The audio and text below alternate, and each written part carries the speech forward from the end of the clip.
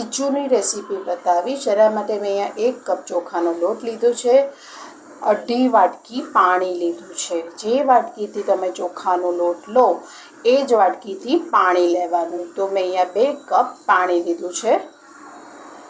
1 ચમચી અજમો છે, 1 ચમચી જીરું, 1 ચમચી મીઠું, મરચાં અને આદુની પેસ્ટ, અહીંયા 1 પિંચ ખાવાનો સોડા લીધો છે, 1 ચમચી મેથીનો મસાલો. સૌથી પહેલાં મેં એક પેન લીધું છે. પેનની અંદર અને ગેસ ચાલુ કરી દીધો છે. 2 કપ પહેલાં પાણી એડ કરીશું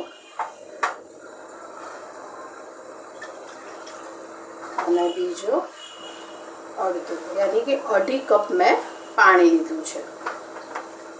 1 કપ ચોખાનો લોટ, 2.5 કપ પાણી એનું માપ છે.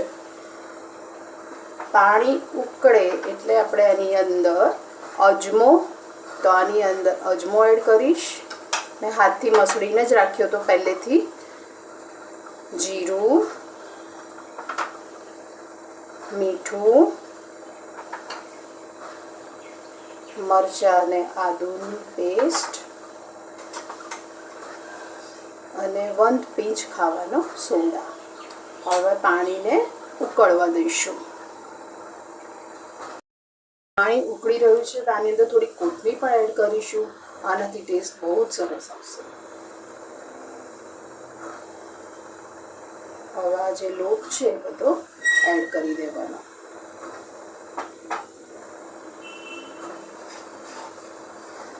ખીચું થોડું ઢીલું હોય તો ખાવાની મજા આવે છે.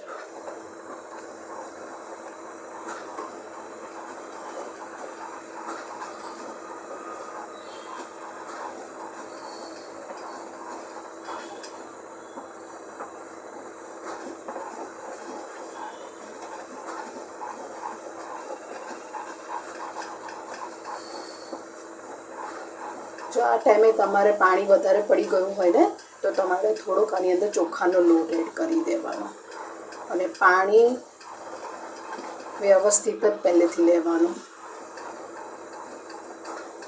અને કઠણ થઈ ગયું હોય તો થોડુંક પાણી નાખી દેવાનું ગરમ કરીને અને આને કન્ટિન્યુ હલાવતા રહેવાનું.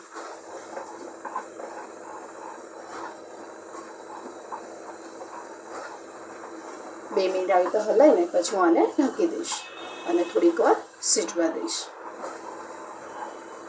હવે આને ઢાંકી દઈશું. સ્લો ફ્લેમ પર જ થવા દેવાનો.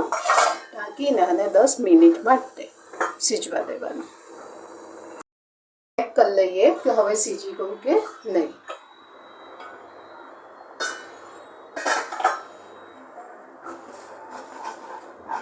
હવે થઈ ગયું છે ખીચું તો હું ગેસ બંધ કરી દઈશ અને પછી એક બાઉલમાં કાઢી લઈશ. તો હવે હું ગેસ બંધ કરી દઈશ. ઠંડુ થશે તો વધારે થીક થઈ જશે.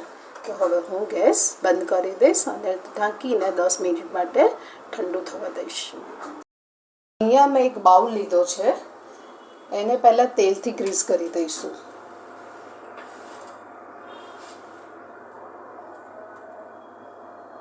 અને આ ગરમ ગરમ ખીચું અંદર એડ કરીશું. અહીં તો દબાઈને ભરી દેવાનું બધામાં. ભરી દીધું છે તો હવે આ વાડકાના વિતા અંદર કાઢી દેવાના અને ધીમે ઉઠાવવાનું. વાવ, કેવી મજા આવે ને ગરમ ગરમ ખીચું ખાવાની. હવે એની ઉપર થોડું તેલ પણ એડ કરીશું. તો તમારે તેલ એડ કરવું હોય તો કરવાનું, પણ ખીચામાં તેલ હોય તો મજા આવે. એની ઉપર થોડોક મેથીનો મસાલો પણ સ્પ્રિંકલ કરીશું અને થોડીક કોથમીર પણ એડ કરીશું. તો તમને મારી આ રેસીપી કેવી લાગી? ગરમ ગરમ ખીચું ખાવાની. વરસાદની સિઝનમાં જો ખીચું મજા આવે ખાવાની તો કેવી મજા પડી જાય ને. તો તમને મારી આ રેસીપી કેવી લાગી છે? સારી લાગે તો લાઈક કરજો, કોમેન્ટ કરજો, સબસ્ક્રાઈબ કરજો અને મને જો કોમેન્ટમાં જરૂરથી કહેજો કે તમને મારી રેસીપી કેવી લાગે છે. Thank you for watching.